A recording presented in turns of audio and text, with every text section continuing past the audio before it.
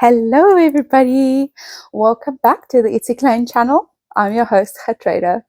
This is episode 10 of the Ietsie Klein Podcast. It's quite a big milestone for me actually. I'm very proud of myself for having recorded these weekly videos and actually sticking to a plan. It has been quite a wild ride, and I've really enjoyed all of your comments on my videos and all of the questions and the engagement that I got when people actually talk to me about it in person as well.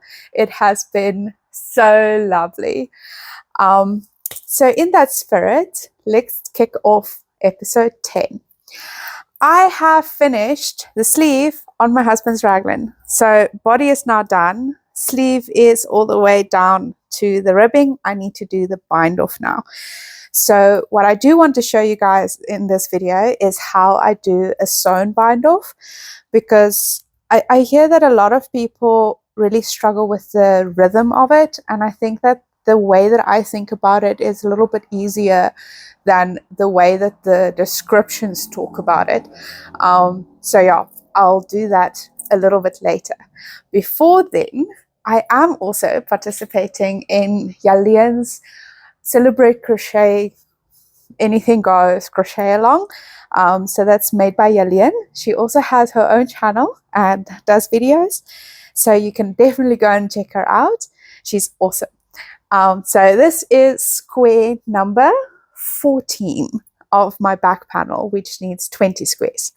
So my garment at this point in time looks like a whole hot mess of loose ends. So this is the front panel, this is the back panel, and square 14 will fit in there where my face is right now. So the fit of this cardigan is going to be very, I think, oversized and loose, because if you can see, the shoulders will be coming down quite a fair bit, and then the body will come around, and there's still going to be like knitted ribbing that comes on here. So I think it's going to be a very comfortable cardigan, and I'm really excited to be working on it in the month of March. So yeah, this is really exciting. This is done in spindles and spokes, her Nonyana base, which is, she dyes the singles and then she plies them by hand together so that you get a really interesting color variation. Let me just quickly hold up this ball so you guys can see the way that the singles don't line up with their colors. It is beautiful. So this particular colorway is called Lilac Roller, and yeah, I really like it. It's inspired by birds. So if you actually go look at what a lilac roller looks like, it looks like this. So that's it for the two projects that I've been working on this week mostly. I did go and buy yarn as well. Big bag of yarn. So Yana from the yarn room was kind enough to hold this on hold for me, and a lot of people have been wanting to fist fight me over them, but I ended up buying them, and I'm very glad I did. So these are from Dreamspell. Let me just turn the logos forward. These are from Dreamspell. It is a base that she actually brought back with her from her holiday. I believe it was in the Netherlands, but definitely somewhere in Europe. So she did a lot of research to get this base, and it's a very limited edition, and it's something you don't really find easily in South Africa. So this one is 50% superwash merino and 50% tensile, which is why it is so shiny. I hope that the camera picks up exactly how shiny it is. It looks like there's lights inside of this yarn. The other super fun thing about this yarn is that it is 333 meters per 100 grams, which is another very big rarity in South Africa, because that puts this closer to a sport weight rather than a DK or a fingering. So it's that in between no man's land that we struggle to find here. So I have this beautiful yarn in this beautiful vase, and yeah, so what I'm planning on doing with it is pairing it with a Spindles and Spokes 100% merino. This is a DK weight, 261 meters to 100 grams. So it is a little bit thicker, but I want to do a colorwork sweater with it. It is, I forgot the exact name, but it's a moth sweater. I'll put up a picture here and I'll put a link to the pattern below. It is something that I've been wanting to do for forever, because this particular sweater I followed from when the lady first posted it, which was in the beginning of 2024, all the way through to when it got tested and released end of last year at last. So I'm really excited to make this sweater. I have been wanting to do it for the longest time. Oh, by the way, I see my hair is quite wet still. I won a ticket from the yarn room to go to the Homemakers Fair, but when we came back to the car, it was raining, so my hair is still wet from that. But yeah, such is life. Life is fun. Something else that I've got is also from Spindles and Spokes. This is her Nonyana base, but it is with the solid colors. So this one is the natural one. It is a very tonal type of base. It's not white, like you can see the flecks of the linen and the viscose that's in it, because it is a slightly different color to the merino, and it's got this depth to it. So I want to pair this one together with some handspun that I made, which looks like this. So this was a bat that my spinning community dreamed up. All of us put in like colors that we would like to see in a bat, and we contacted Esteriza, and she made this like surprise mystery bat for us. And I spun mine up like this. So what I did was I just spun the bat into a single as it came out, and then I plied it together with a kid silk and then a sewing thread that I stuck some beads onto. So you can see the glittery bits that's in there. Those are the beads that's showing through. So I also want to make a colorwork sweater with this and then this together. It's a floral design. Again, the name is leaving my head. I'll put up a photo and the name and put the link below so you guys can see what I want to make. My friend AJ was actually really kind. So when I finished the first one of this, which was done with my bat, I was so happy with it and I was elated. And I called it the best work that I've ever done, because that's how I still feel about it. And she then messaged me and she's like, hey, do you want my bat as well? So I have two of them. So yeah, she gave me her bat. Not that she disliked the bat, but the bat isn't quite the colors that she enjoy, which is fine. I mean, when you put colors in together, then sometimes it doesn't quite come out how you expected.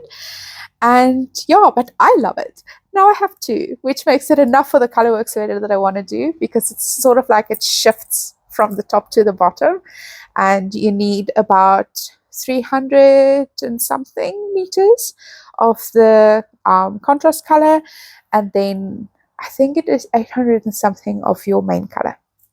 So it'll work out perfectly for me. So yeah, very excited.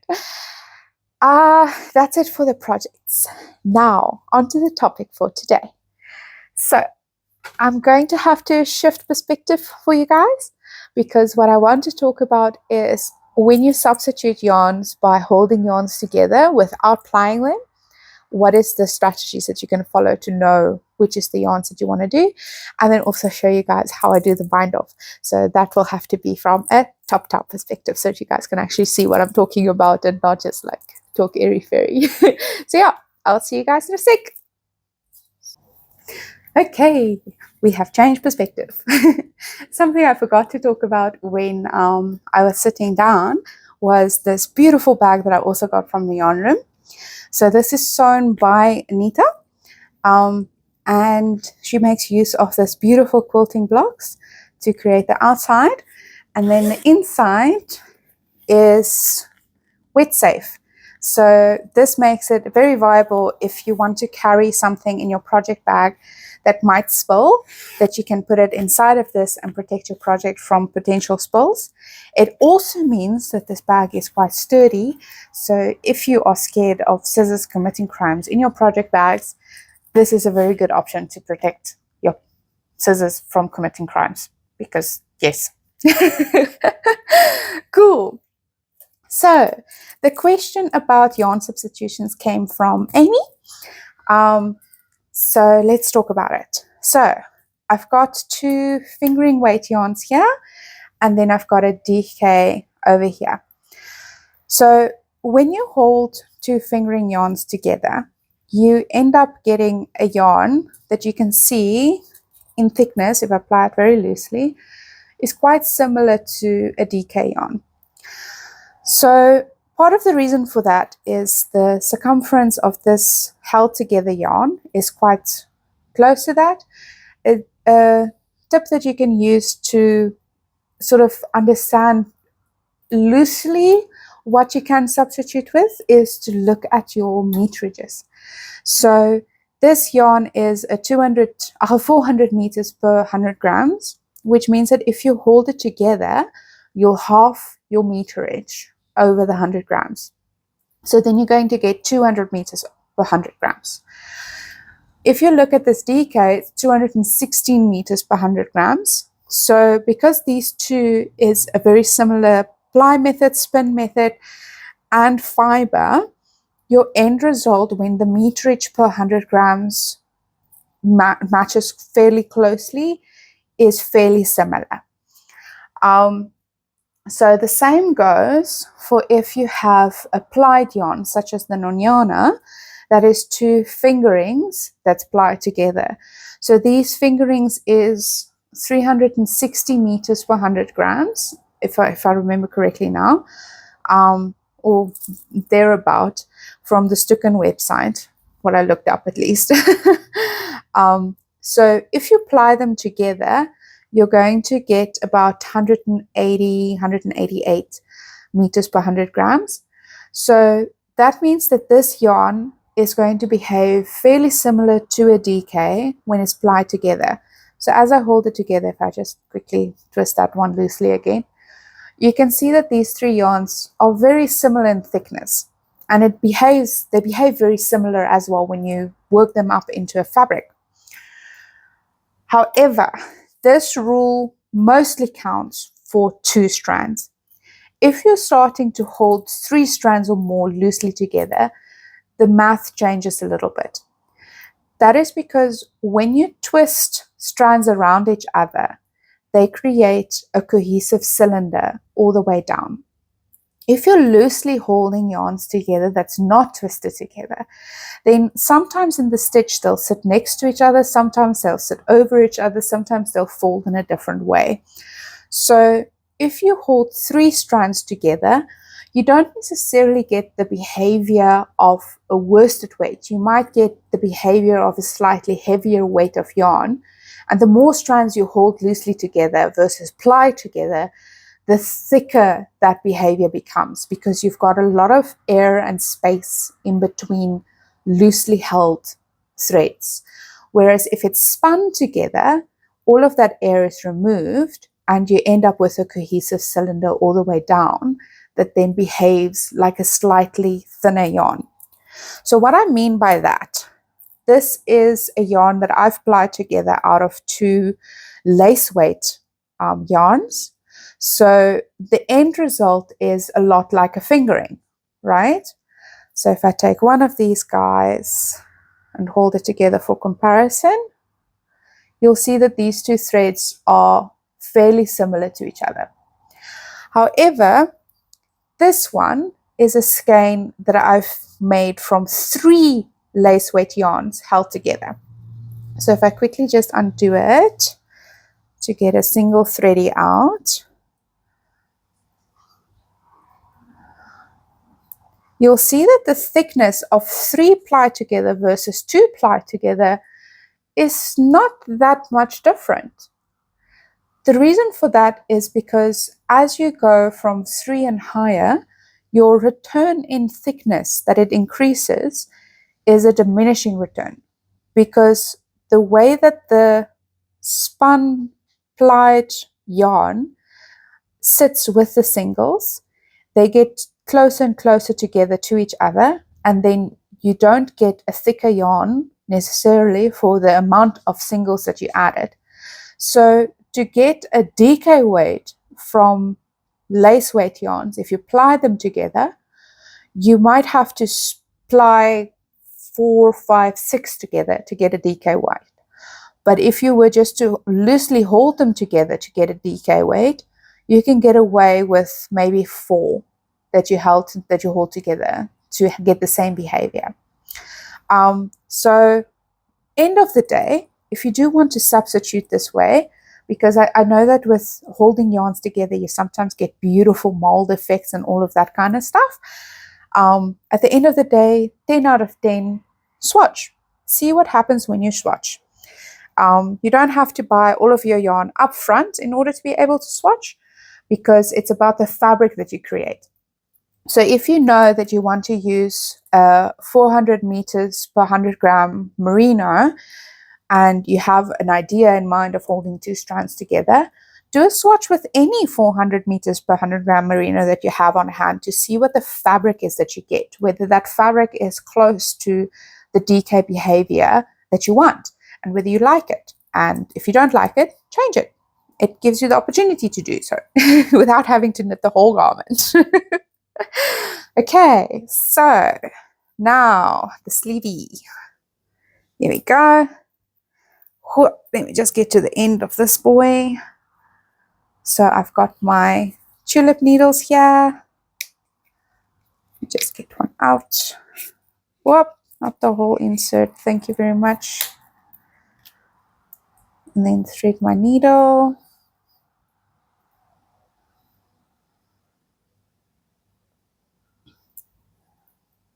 There we go. Okay, so let me just thread it proper. There we go. So first of all, what I like to do is when I thread my needle, I don't have just a short tail. I like to pull it all the way through so that you don't have to like pull for days to get your yarn through. That is no amount of fun. Okay, let's move the stitches forward. Okay, so for me, an important part of doing this is to be able to read your stitches. So you can see here, this is a knit stitch. The reason why it's a knit stitch is because the stitch that sits below sits behind my current stitch, sort of like a shawl. He's wearing a shawl. That's then a knit stitch, this one. This one has a little bumpy that sits just behind, and that is then a purl stitch. Let me just get the focus correct here. Okay, hang on. Let me show that again. So this one is wearing a shawl, so that's a knit stitch. This one has a bumpy that's sitting on the front, so then that makes it into a purl stitch. So if I turn it around on the inside, you'll see this one has a bumpy. It's a bit dark to see. This one has a bumpy.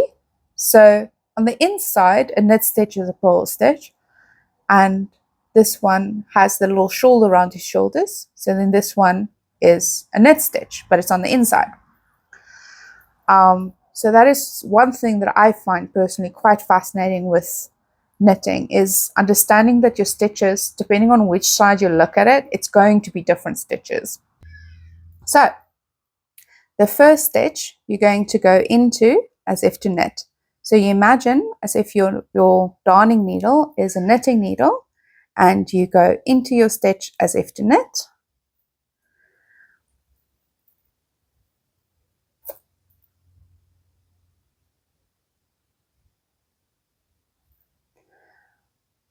and then into your second stitch from behind as if to knit as well.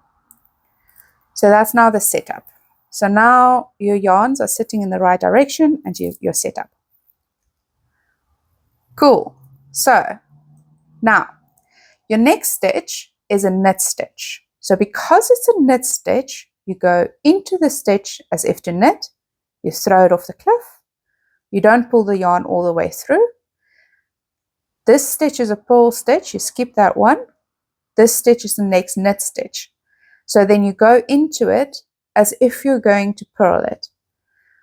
Once you've done that, you pull your yarn all the way through. So now you've effectively sewn this knit stitch and the next knit stitch together. Okay?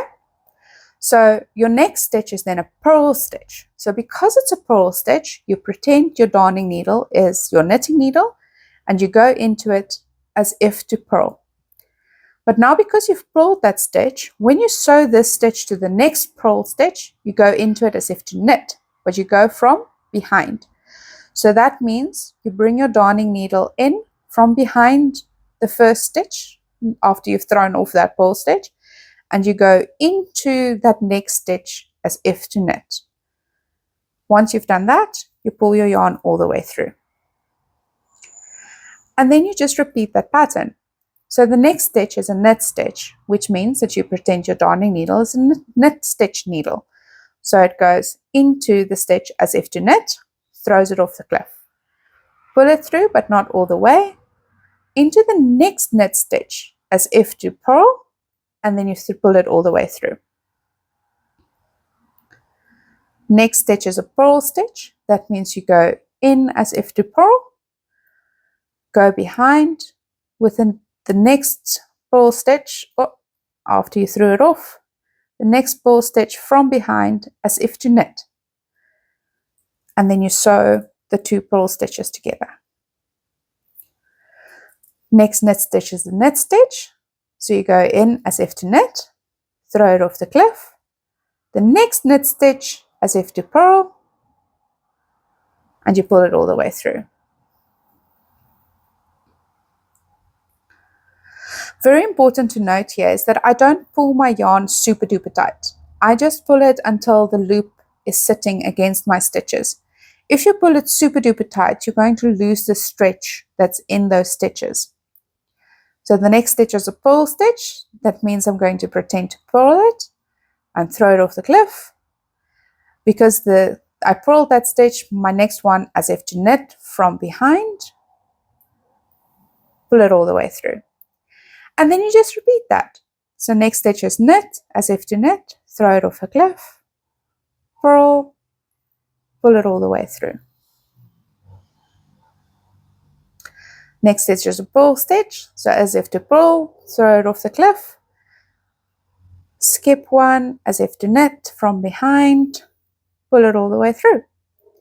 And you keep doing that until you run out of stitches, and then you get this beautiful bind off edge.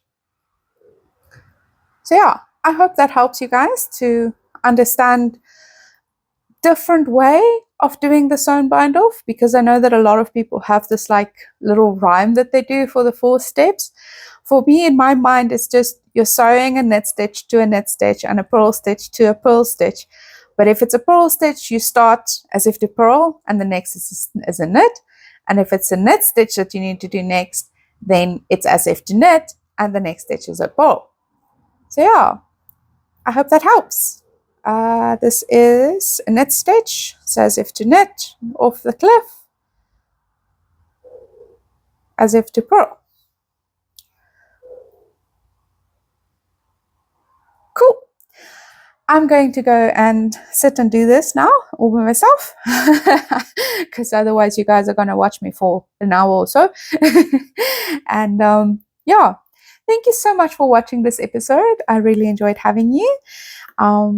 And I'll see you in episode 11 next week. Bye.